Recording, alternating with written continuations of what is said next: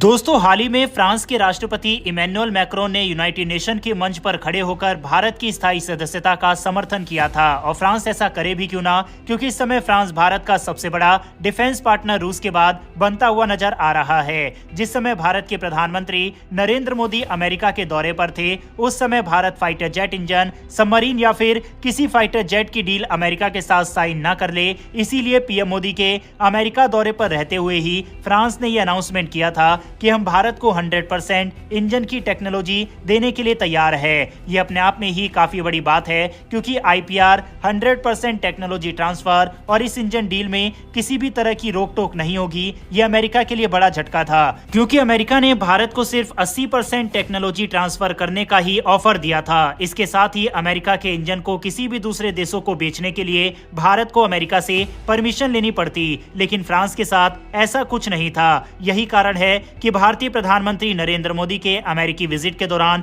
किसी भी तरह की कोई डिफेंस डील की खबरें सामने नहीं आई। लेकिन अब फ्रांस से कई बड़ी मेगा डील की खबरें सामने आ रही है। सबसे पहले आप इंडिया टुडे का आर्टिकल अपनी स्क्रीन पर देख सकते हैं, जिसमें लिखा हुआ है कि भारत के एनएस से अजीत डोभाल आज फ्रांस के लिए निकल रहे हैं। और इस दौरे से पहले ही फ्रांस ने भारत को राफेल फाइटर जेट के लिए फाइनल प्राइस भेज दिया है। भारत और फ्रांस के बीच 26 राफेल मरीन जेट खरीदने की डील लगभग फाइनल हो गई है। फ्रांस ने डील को लेकर फाइनल ऑफर भेज दिया है। इस बार फ्रांस ने कीमत में कटौती की है। दोनों देशों के बीच 26 राफेल मरीन जेट की खरीद को लेकर कई महीनों से बातचीत चल रही थी। हालांकि फाइनल डील कितने में होगी, इसकी जानकारी अभी सामने नहीं आई है। भारतीय नौसेना राफेल एम की डील के लिए बेस प्राइस वही रखना चाहता है जो 2016 में वायुसेना के लिए 36 विमान खरीदते समय रखी गई थी। इस सौदे की कीमत 50,000 करोड़ रुपए से ज्यादा होने की उम्मीद है। फ्रांसीसी ऑफर में फाइटर जेट पर भारतीय हथियारों को असेंबल करने के लिए पैकेज शामिल है। इन हथियारों में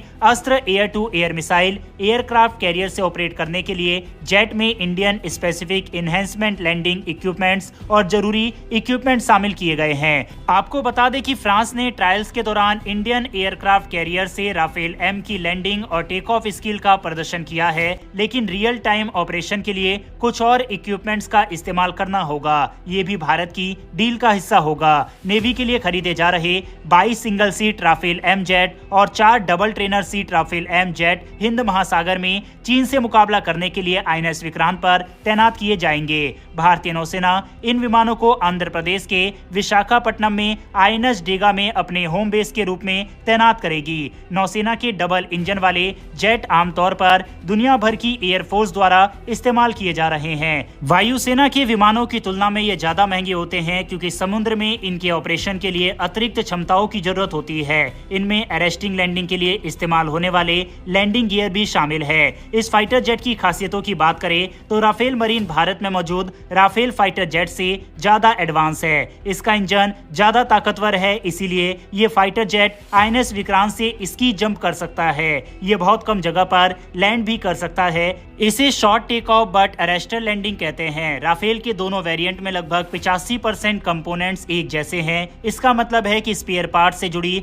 कभी भी कोई समस्या या कमी नहीं होगी। ये 15.27 मीटर लंबा, 10.80 मीटर चौड़ा, 5.34 मीटर ऊंचा है। इसका वजन 10,600 किलो है। इसकी रफ्तार 1912 किलोमीटर प्रति घंटे की है। इसकी 3700 किलोमीटर की रेंज है। वहीं 50,000 फीट ऊंचाई तक ये उड़ सकता है।